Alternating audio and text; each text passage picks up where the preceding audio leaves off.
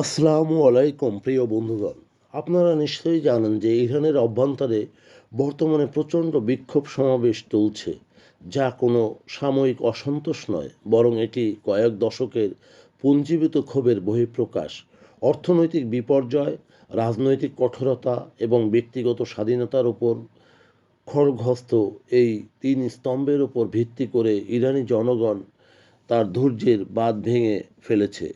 বিশেষ করে অর্থনৈতিক ধস ও জনজীবনের নাভিশ্বাস, এটিতে ইরানের অর্থনীতি বর্তমান শোচনীয় অবস্থার পেছনে রয়েছে তাদের প্রতি আন্তর্জাতিক নিষেধাজ্ঞা, আবার আভ্যন্তরীণ অব্যবস্থাপনা ও দুর্নীতি সমভাবে দায়ী।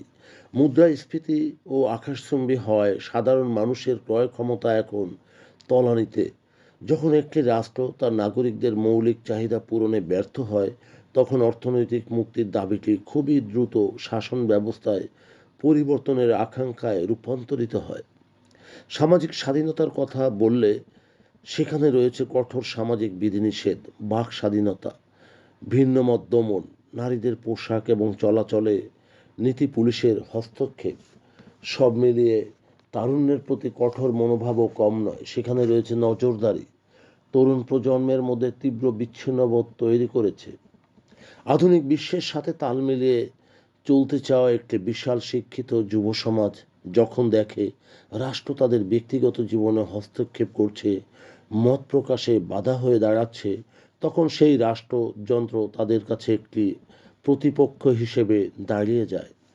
শুধু তাই নয়, নিরাপত্তা বাহিনীর কঠোর দমনপীড়ন, ইন্টারনেট বন্ধ করা, গণবিক্ষোভেও নিরাপত্তা বাহিনীর কঠোরভাবে শক্তি প্রয়োগ দীর্ঘমেয়াদে জনগণের মধ্যে ঘৃণ্য ও প্রতিশোধ পরায়ণতা তৈরি করে, যা ভয়াবহ সংঘাতের দিকে ঠেলে দিতে পারে।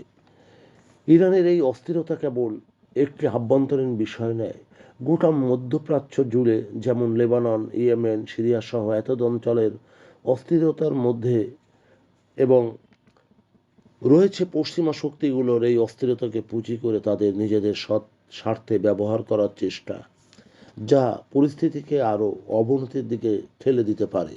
তবে হ্যাঁ, ইরান সরকারের দমনপীড়নে এবং জনরোষ কঠোরভাবে দমনের প্রচেষ্টা থেকে সরে আসতে হবে, নচেত একটি আত্মঘাতী সিদ্ধান্ত হবে। প্রকৃত সংঘাত দমাতে হলে তাদের মধ্যে সংস্কার করতে হবে স্বচ্ছতা, ব্যক্তিগত স্বাধীনতা, মত প্রকাশে বাধাদান বন্ধ এবং প্রতিটি মানুষের ব্যক্তিগত স্বাধীনতাকে সম্মান প্রদর্শন করলেই এই বিক্ষোভের লেলিহান শিখা হয়তো নিভতে পারে।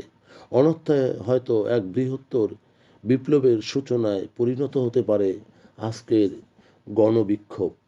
প্রিয় বন্ধুগণ, যদি আমাদের এই তথ্য গল্প আপনার ভালো লাগে তাহলে লাইক এবং শেয়ার দিন, এবং আজ আমাদের সঙ্গে থাকার জন্যে ধন্যবাদ। আমাদের ফলো দিন এবং সাবস্ক্রাইব করুন।